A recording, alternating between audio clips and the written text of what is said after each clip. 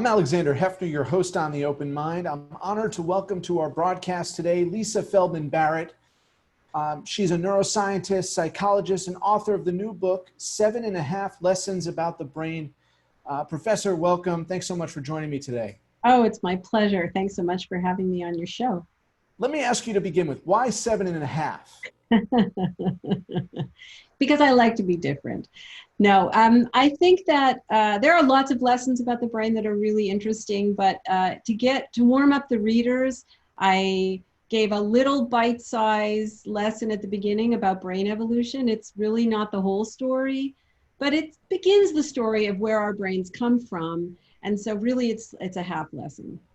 Do you mind expounding? I know that some of our viewers will buy your book, and irrespective of this, but what is that derivation of our brain? Yeah, so it's really, I think, really fascinating. Basically, we have brains because of predation. Basically, before the Cambrian period, which is a period in the Earth's past, there were a lot of little creatures that didn't really have eyes. They didn't have any senses. They couldn't hear. They really just floated around, planted themselves in the sand, and kind of filtered food. They really were unaware of the world around them. And then during the Cambrian period, which was about 550 million years ago, predation evolved, which means that creatures start to eat each other quite deliberately. They started hunting. And so we had predators and prey. And this, scientists think, spurred on the development of eyes and ears and the ability to smell and taste. And we needed brains in order to organize all of that information. Well, that's the first essay, the organization piece. And we think that that's exactly what we're doing with our brains. We're forming thoughts, we're mentally or intellectually stimulating ourselves, but really we're regulating our entire existence, right? Yeah, so people think that we have these big brains and we use them to think rationally, and that thinking rationally is really the definition of being human. That's what makes us different from other animals. But actually, our brains evolved to perform a very important job, which is to regulate our bodies. And so everything you think, everything you feel, everything you see, everything you hear is in the service of regulating your body. That's your brain's most important job. And that's true for all animals on this planet. But for us, because we can be so cerebral, we can, really live in our thoughts. And because we have a very dynamic social world around us, we sometimes miss the mark, and we think that that's really what our brains are for. But first and foremost, your brain is for controlling your body, for regulating the systems of your body. And once you understand that, a lot of mysteries just evaporate. Like, why do we have mental illnesses and physical illnesses, right? So it turns out we don't. Depression is a metabolic illness. We think of it as something psychological, but it's actually a metabolic illness. And something like heart disease has really important psychological and mood-related effects. So the divide between mental and physical illnesses just really falls away. And I think learning that your brain's most important job is to regulate your body ends up introducing all kinds of fascinating dilemmas that we can think about a little differently. What is one in particular? Well, here's one I think that right now is particularly salient as we go into an election. We have the kinds of brains that don't just regulate our own bodies, but we regulate other people's bodies without our awareness, right? Humans are social animals, and we are physiologically dependent on each other.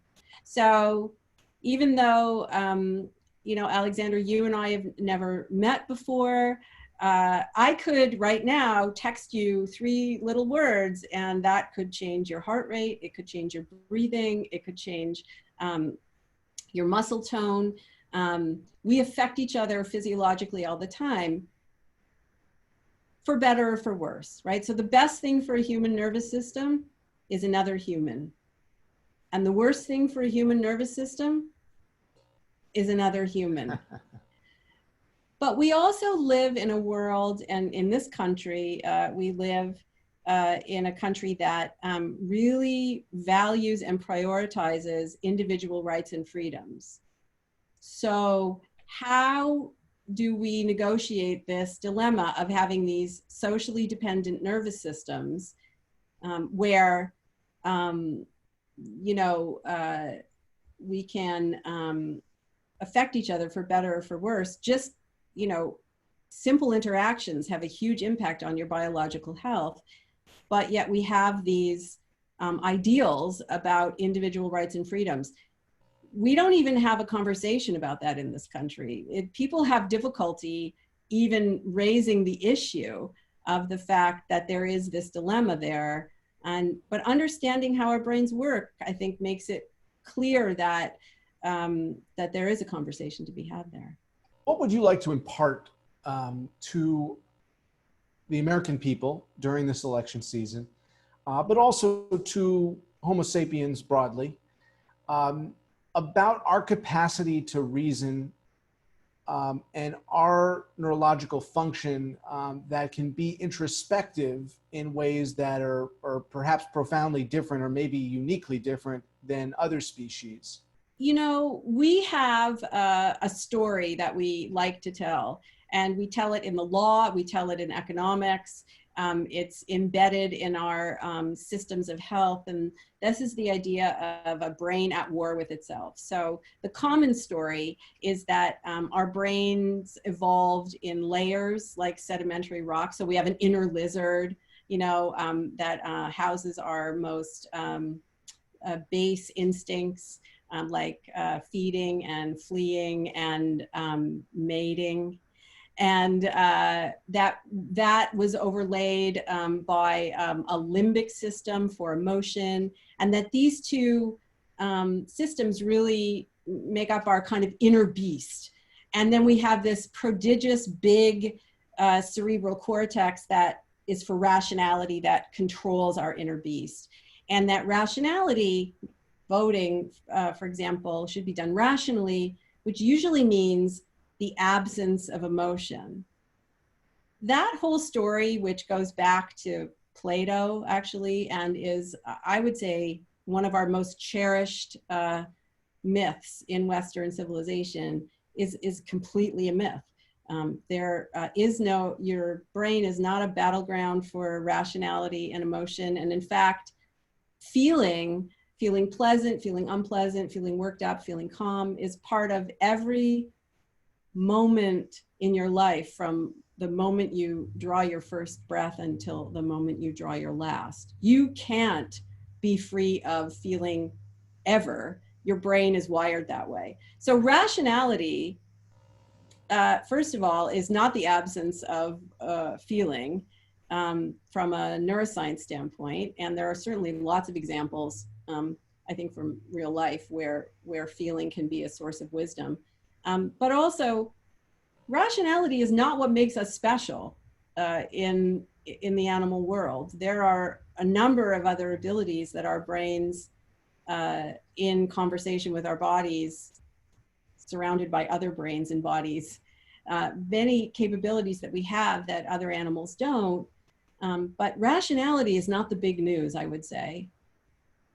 What are those distinguishable features that you would say are the ones that are most in need of being illuminated about what is distinct? Yeah, so I would say, one of the essays, one of the lessons talks about a number of capabilities that we have and other animals have, but we have them all at the same time, whereas other animals might have one or two, but we have all of them. And what this gives us the capacity to do is create reality. So what do I mean by that? Well, you live in a country that was made up by other people. we draw lines in the sand of the earth and we place the boundary of a country. And because we all agree that that's where the boundary is, that's where it is. We use money, little pieces of paper, or plastic, or just electrical signals in a wire to trade for material goods. Little pieces of paper have value as money because we all agree that these pieces of paper have value. And if we didn't agree anymore, they wouldn't. So basically, other animals adapt to themselves to their environment. We do that, but we also add to our environment. We have things that are physically real in the world, like, walls and gravity and so on. But then we add to the world we impose functions on things that weren't there before, and we all agree that the functions are there, and then they are there. So for example, and again, you asked me about the election, so I'll just use that as an example. The boundary between the US and Mexico, or between the US and Canada, exists because everybody agrees that that's where the boundary is. And if some people didn't agree, that would be a problem, right? Or in 1776, 13 colonies disappeared, and the United States, a new country, appeared just by collective agreement. The presidency of the United States exists by collective agreement. We all agree that there's something called a president who has a set of powers that we all agree that the president has.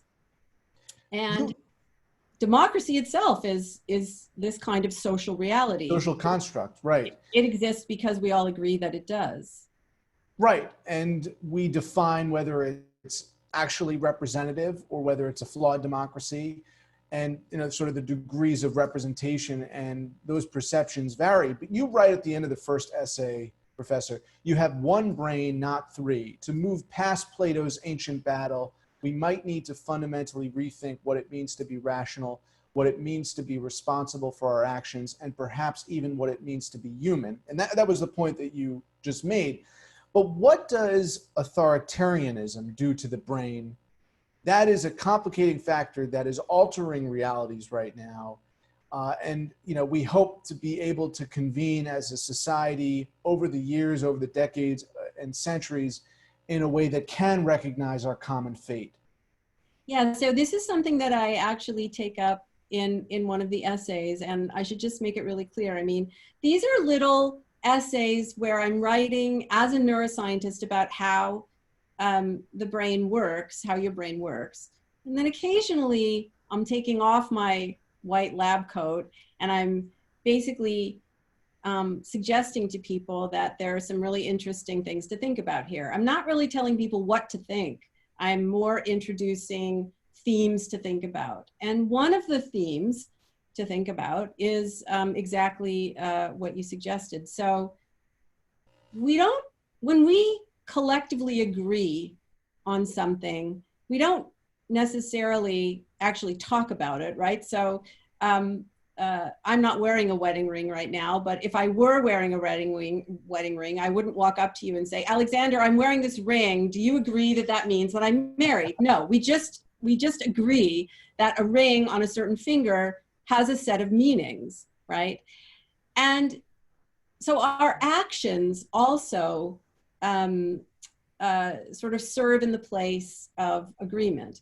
So if a president all of the sudden starts doing things that are maybe different than other presidents have done, and the public who elected this president agree that it's okay, then it is okay, because by definition, the role is defined as social reality.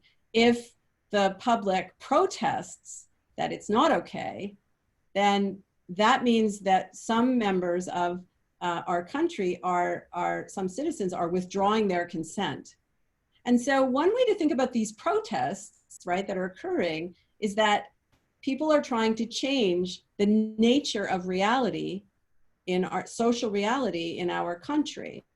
In a totalitarian government, for example, a president might or a leader might stand up and say things. Media might record that the leader has said these things, but then maybe the leader denies it, and maybe other media outlets agree that he never said it. If the public accepts that and agrees basically with that narrative, they've consented, essentially. They've agreed that the social reality is that those words were never uttered. And I know that might sound really kind of crazy to people, if they're, to viewers, if they're not familiar with ideas about social reality. But social reality is, most of civilization is rooted in social reality. We have a set of laws and customs and principles that we live by, because we all agree that these are the ones that are the ones to live by. And sometimes those get renegotiated, and usually we're not thinking to ourselves as we're protesting, or as we're writing letters to our members of Congress, or as we're voting, that we are actively shaping the reality that we live in. We're not thinking to ourselves that's really what we're doing, but in fact we are. And I'll just say one other thing, and that is that, social reality is a very powerful super ability that humans have, but it can't supersede physical reality, right? So you and I could agree that we could walk through walls, but that doesn't mean that we can walk through walls, right? We could all agree that if we flap our arms really fast, we'll be able to fly, but that doesn't actually mean that we'll be able to fly. We can all say that a virus isn't really contagious, but that doesn't, we can all agree that that's true, but that doesn't actually mean that it's true, right? So social reality only works best when you're aware that you're doing it, and when you don't violate the principles of physical reality. Absolutely. You write in one of your essays about kids and their brain function. Some kids are fortunate enough to be naturally resilient to the insidious effects of adversity and poverty. But on average, adversity and poverty are afflictions from which little brains struggle to recovery. What's truly frustrating is that this tragedy is preventable. And that struck me, because so much of what's occurred during the pandemic has been preventable in terms of the systemic racism of COVID fatality. Our brains are going to suffer for many years as a result of this pandemic, and our mental health was already in question compared to other developed countries and so-called developing countries. So where does that leave us? Well, I think, first of all, little brains, it's really, so all brains are pretty plastic, meaning that our brains are constantly under construction. I think many of your viewers are probably familiar with that idea. I think little brains in particular, though, like an infant brain, is not a miniature adult brain. It's a brain that is waiting for wiring instructions from the world. And those wiring instructions come from the physical world. You have to feed a baby and water a baby and keep a baby, regulate its temperature and so on. But the social impact, the things that we do with babies socially, cuddle them, talk to them, and so on, those things really wire a baby's brain in irrevocable and important ways. Babies' brains are negatively impacted by growing up in adversity or poverty. And that's just, scientists don't like to talk about facts, but that's about as close to a fact as you could possibly get. Adult brains are also plastic. Adult brains can learn and can change, and our brains are constantly changing with our experiences. But when your nervous system is encumbered, meaning when you have a lot of stress, and in the book I talk a little bit about what stress means in terms of your metabolism and your energy regulation. When your brain is constantly preparing your body for a big metabolic outlay, because you aren't sleeping enough, or because you're economically struggling, or because you're living in conflict, or because you are subject to persistent racism, or because you view persistent racism, which violates your values. There are all kinds of things which can burden a human nervous system. And when a nervous system is burdened, it doesn't learn as well. You won't learn as well. You will be more likely to develop respiratory symptoms if you're exposed to a virus.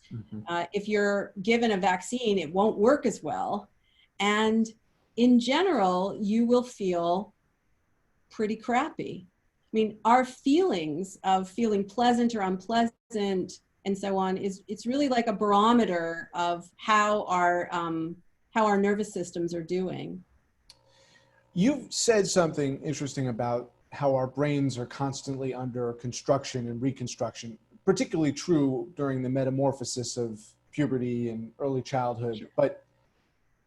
But I'm asking you about permanent damage or devolution, not evolution, when it comes to the pandemic and Yeah. how it could fundamentally alter our sense of self, our worst qualities, and potentially we can extricate ourselves from that. But there is certainly the fear that the physiological consequence of the pandemic is not going to be contained only within your physical health, but your mental health.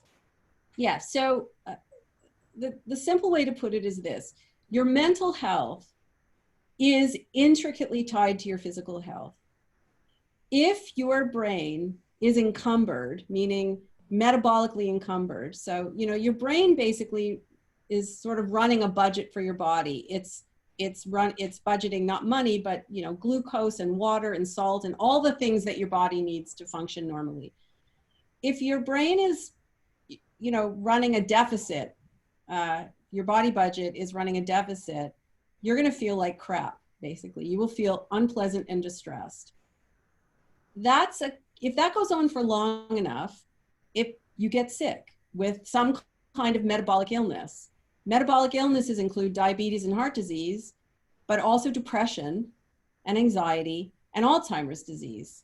So they're a persistent metabolic drag adds, think of it as like adding a little tax, which adds up over time and actually leads to physical illness. So mental illness, a mood disturbance is an indication that there is also a metabolic problem, which down the road could manifest itself as a physical illness. That being said, humans are incredibly resilient, and there are ways that we can make additional deposits into each other's body budgets instead of just, making persistent withdrawals. So, a pandemic is really hard for obvious reasons, but we could make it harder on ourselves, or we could make it easier on ourselves.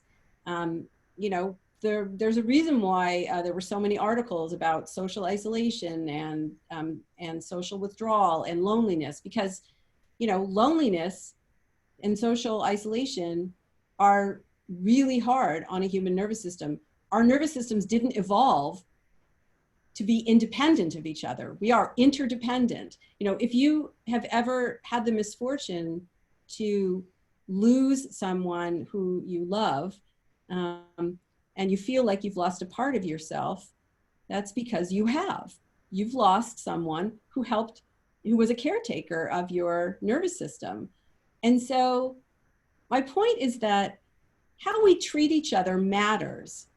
It's not just about being nice. How we treat each other really matters to how resilient we are to the challenges that we face.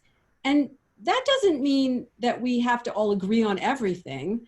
It doesn't mean that we can't have vigorous debate. But it does mean that we have to treat each other with a basic sense of human dignity. And we have to remember that, like it or not, we are, biologically speaking, each other's caretakers. We might not want that to be true. Some of us might not like that. Some of us might not mind, but I mean, it doesn't matter how you feel about it. It's just the reality of how our brains evolved and how our bodies work.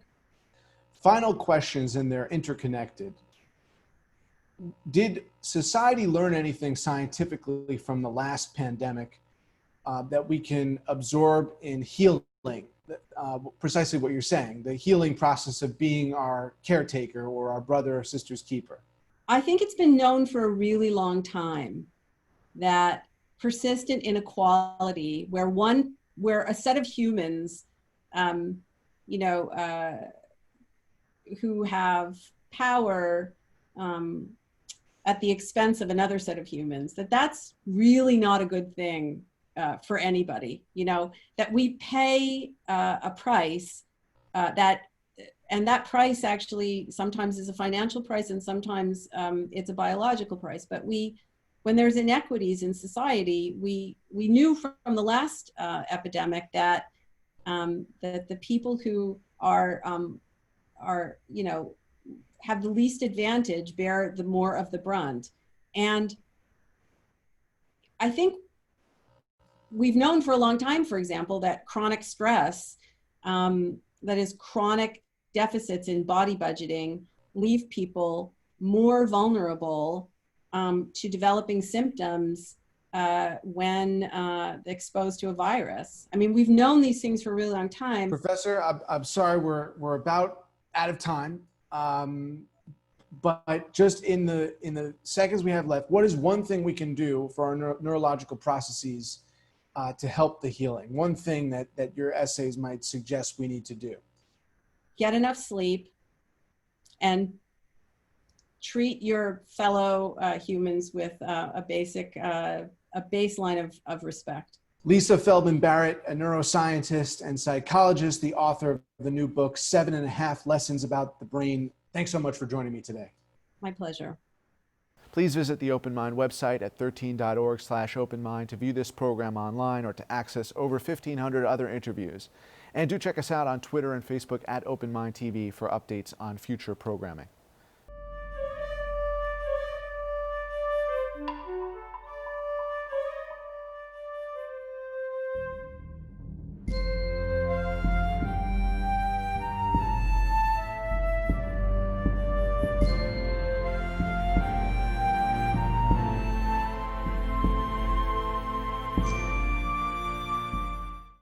Continuing production of The Open Mind has been made possible by grants from Ann Olnick, Joan Gans Cooney, Lawrence B. Benenson, the Engelson Family Foundation, Alfred P. Sloan Foundation, the John S. and James L. Knight Foundation, William and Flora Hewlett Foundation, Joanne and Kenneth Wellner Foundation, and from the corporate community, Mutual of America.